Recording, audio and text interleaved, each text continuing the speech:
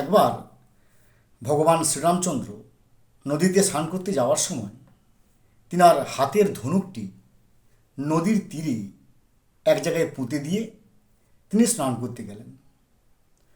স্নান পর্ব সেরে যখন তিনি ধনুকটি তুললেন, তখন তিনি দেখলেন ধনুকের শেষ প্রান্তে কিছু নাড়িভুড়ি লেগে আছে।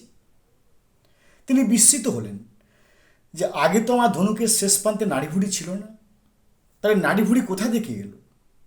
যখন তিনি ভালো করে দেখলেন যে ধনুকটি যেখানে পুঁতেছিলেন সেখানে একটি ব্যাঙ ছিল, ধনুকটি ব্যাঙের উপরেই পোঁতা হয়ে গিয়েছিল। ব্যাঙটিকে দেখে শ্রীরামচন্দ্র বলে উঠলেন, ওরে তুই একবার আমাকে স্মরণ করতে পারলি না? আমাকে বলতে পারলি না, প্রভু আমার যন্ত্রণা হচ্ছে, আমার কষ্ট হচ্ছে?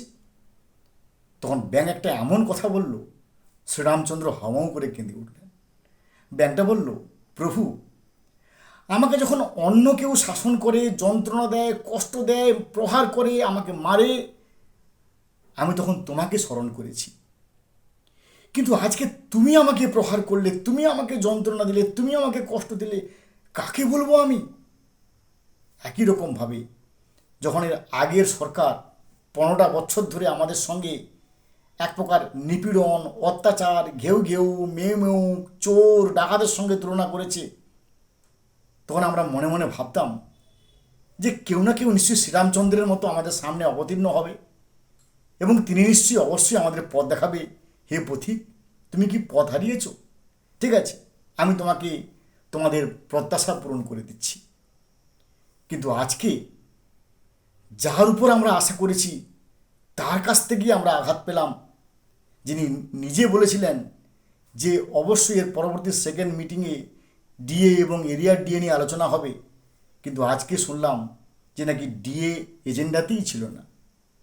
যাই হোক, আশায় মরে চাষা, নতুন সরকার ক্ষমতায় এসেছে, তাদের উপর অত্যাধিক চাপ আছে, প্রেশার আছে, কিন্তু আমরা তো মধ্যবিত্ত, আমরা শুধুমাত্র সবার ভালো হোক এই কামনা পাশাপাশি নিজেদেরও ডিএটা নিয়ে খুব প্রত্যাশায় ছিলাম, আশায় ছিলাম।